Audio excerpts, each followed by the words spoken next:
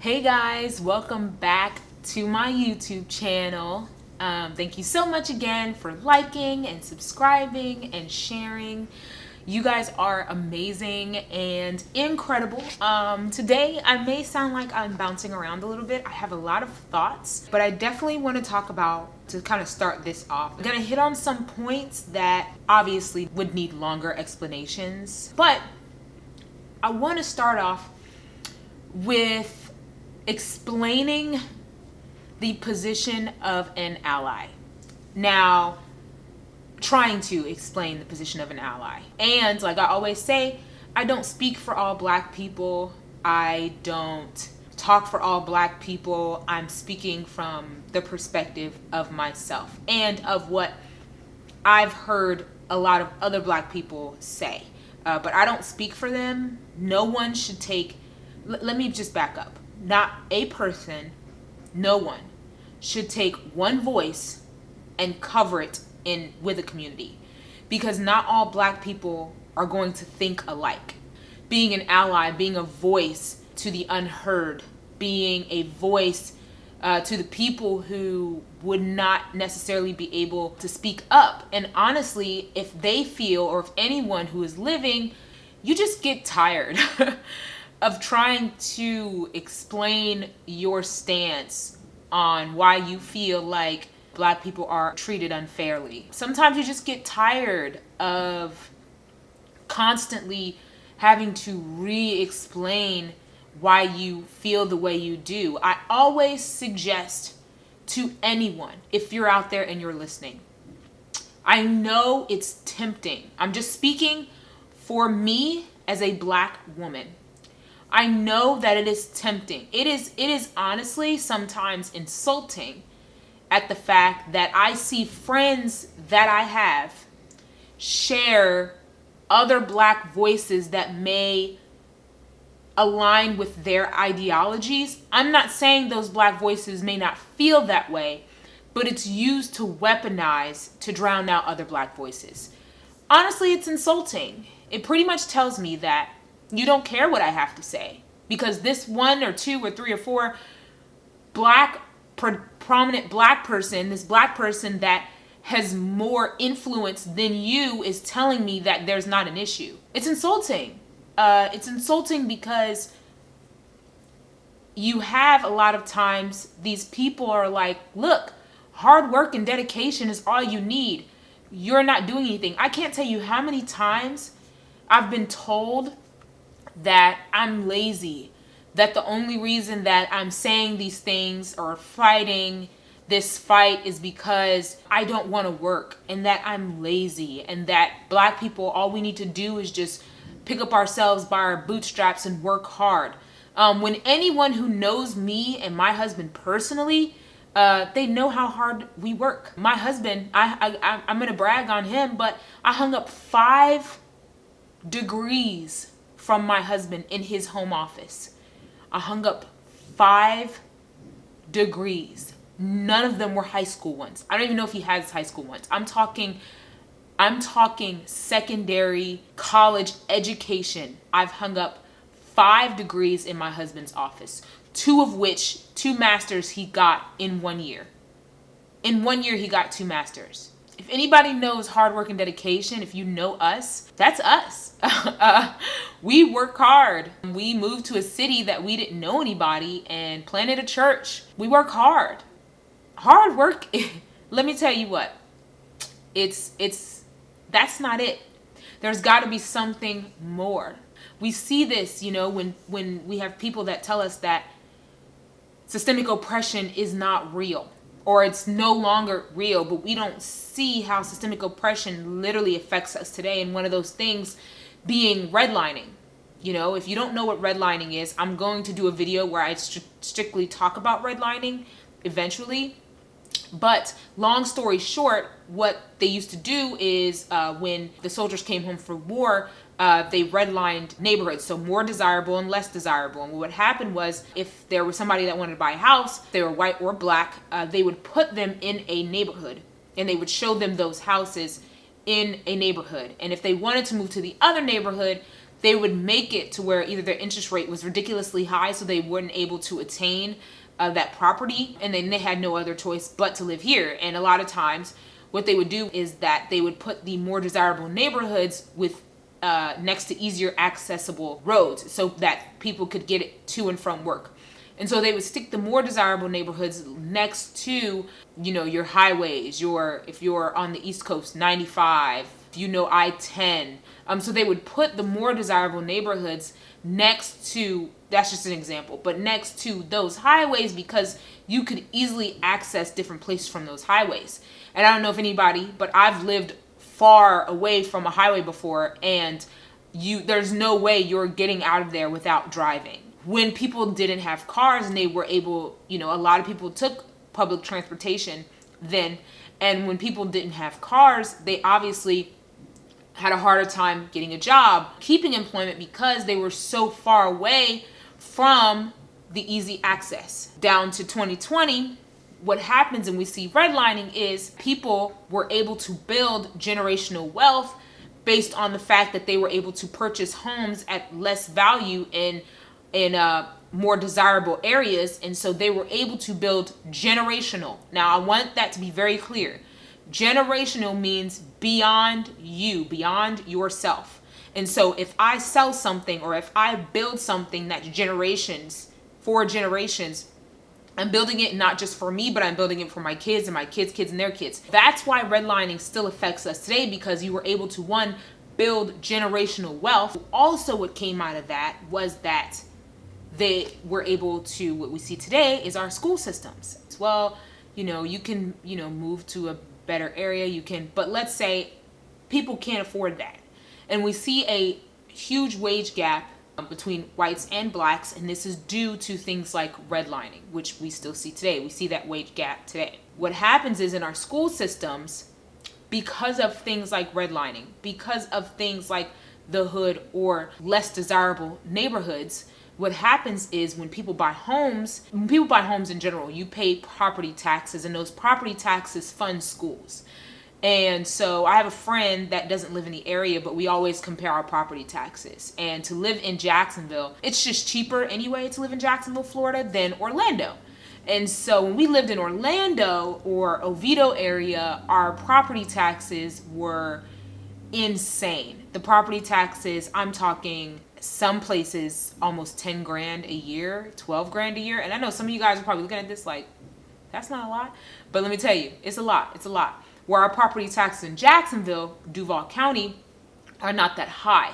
And it's really, there are plenty of places, majority of Duval County, where our property taxes just are not that high. Whereas in Oviedo, Florida, or Seminole County, that's one of the best school districts in the nation. Redlining is not legal. However, people do illegal things all the time. That's why you have the Fair Housing Act, but it still happens, and they still affect us today. Which gets me to my point of an ally.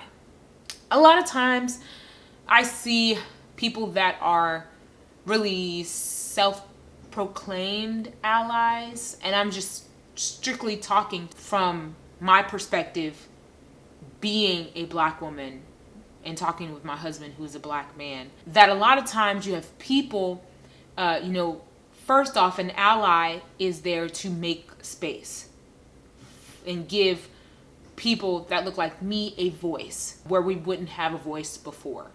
And not only that, I feel like, but an ally's biggest, to me, I know people that call themselves allies, but then you let your uncle whoever or aunt whoever use racial slurs around you. Are you willing to stand in the gap? Are you willing to sacrifice and be someone who is an ally? And a lot of times, I just don't think some people are there yet. They may feel that they're allies. Marching and signing petitions, while they're great, that's not just where allyship ends. It extends beyond that. Also, being an ally, I think an ally is important to self-educate. Just like Indigenous people or anybody who had women, I think that we've for so long tried to fight for a space that it's just tiring. I know a lot of people feel like this fight just kind of came out of nowhere. People are like, well, this kind of came out of, George Floyd, Ahmaud Arbery. Where did this come from? Racism just, boom, out of the sky. But these are things that we've been dealing with for years. If you watched my video last week, you know the story that I told about me driving in my neighborhood and being pulled over. That didn't happen recently. That happened maybe 10 years ago. It was a long time ago. Trayvon Martin, which is kind of what started the Black Lives Matter movement, him and Michael Brown, happened almost 10 years ago. These are things that have been happening for a long time. We even see it in things like rap music, early 90s rap music, NWA, where they're speaking on their struggles. Tupac is speaking on his struggles as being a black person in America. And we see that all throughout his music, their music. And we're talking about the 90s. And I think Tupac was killed when he was 25.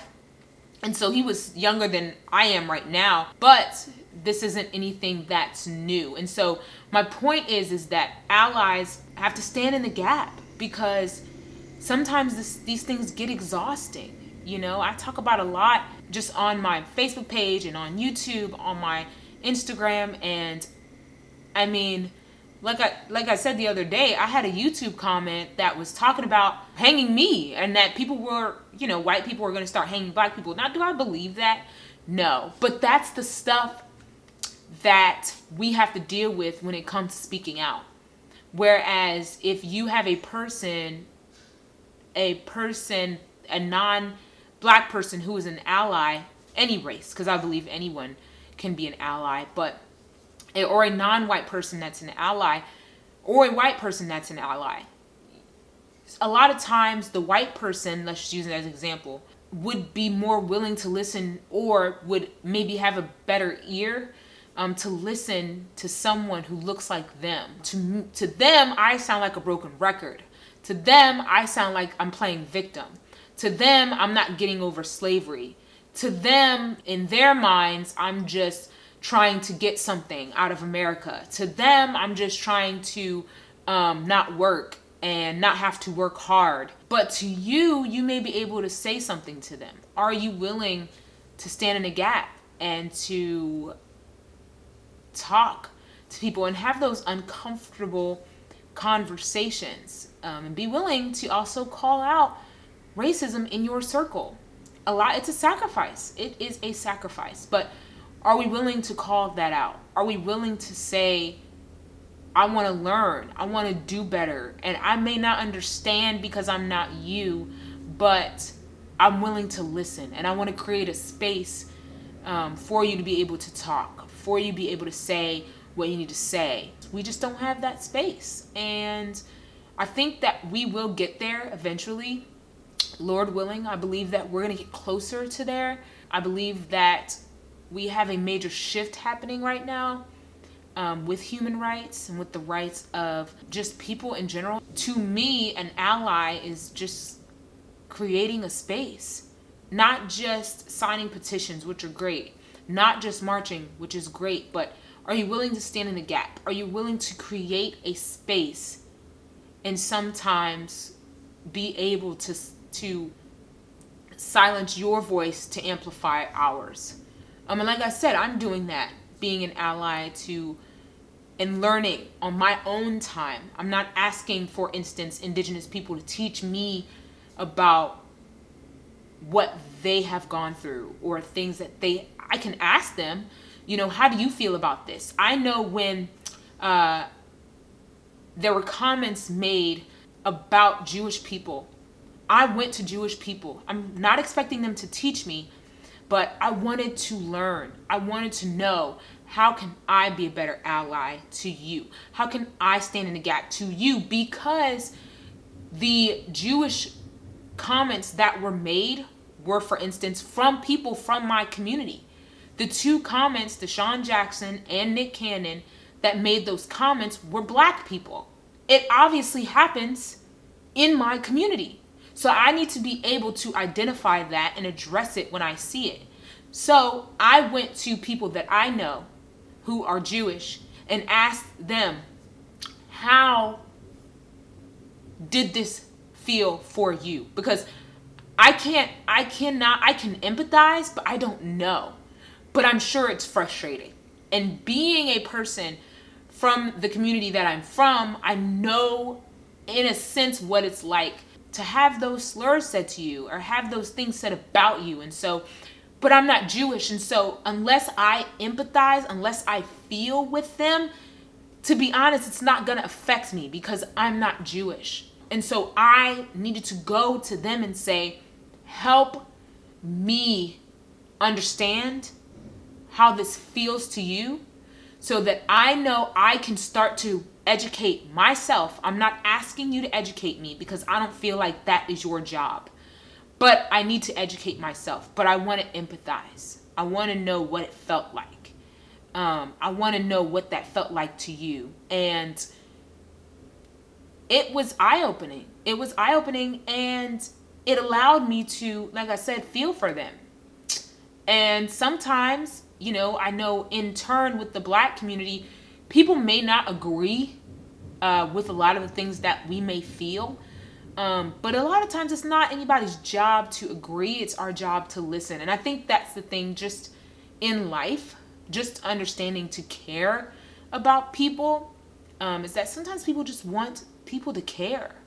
They just want you to listen. I don't want to go back and forth with you because you just don't want to listen. You don't even want to give me an ear or just let me know that you care, or that I'm not looking to blame anybody. I'm not looking to point the finger. I'm just like, these are realistic things in our lives. These are realities for us.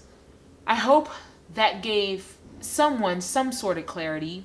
I really appreciate you guys that you keep tuning in and just keep hanging out, talking with me, and you have no idea how much I appreciate it. I pray that we can all continue to learn and grow together, to be better, to empathize with one another, that we can all be in a place of unity. Real quick, I find it interesting how in the Bible it's spoken about every tribe, every tongue, every nation.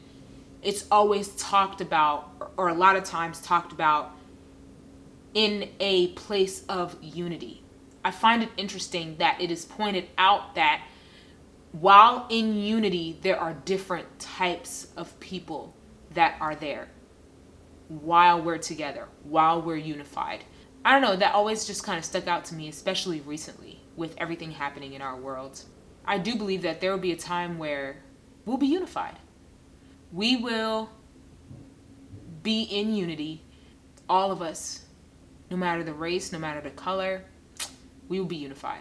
Love you guys. Thank you for liking and subscribing again. Love y'all. Bye.